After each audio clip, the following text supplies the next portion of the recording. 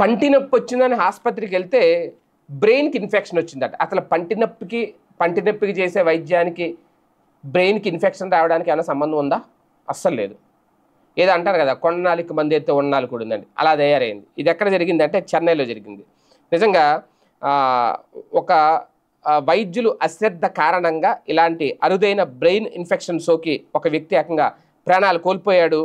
చాలా అప్రమత్తంగా ఉండాలి.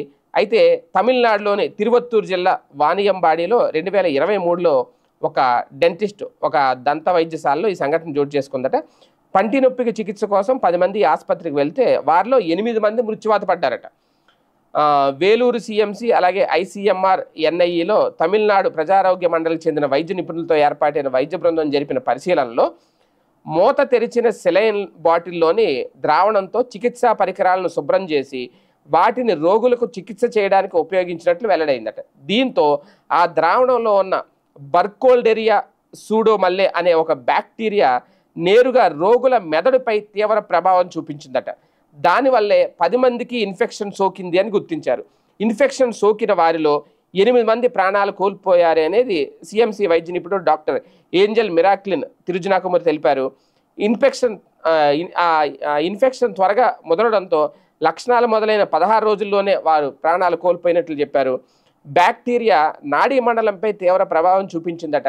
తమ పరిశీలనలో కనుగొన్నారు ఈ విషయాలన్నీ. ఈ రోగుల మృతికి కారణమైన బ్యాక్టీరియా ఉష్ణమండల ప్రాంతాల్లోని అపరిశుభ్రమైన నీరు మట్టిలో ఉంటుంది అని వివరించారు. అంటే ఎక్కడో ఉష్ణమండల ప్రాంతంలో అపరిశుభ్రంగా ఉండే నీరు అలాగే మట్టిలో ఉండే బ్యాక్టీరియా ఈయన ఓపెన్ చేసిన సెలైన్లోకి వచ్చింది.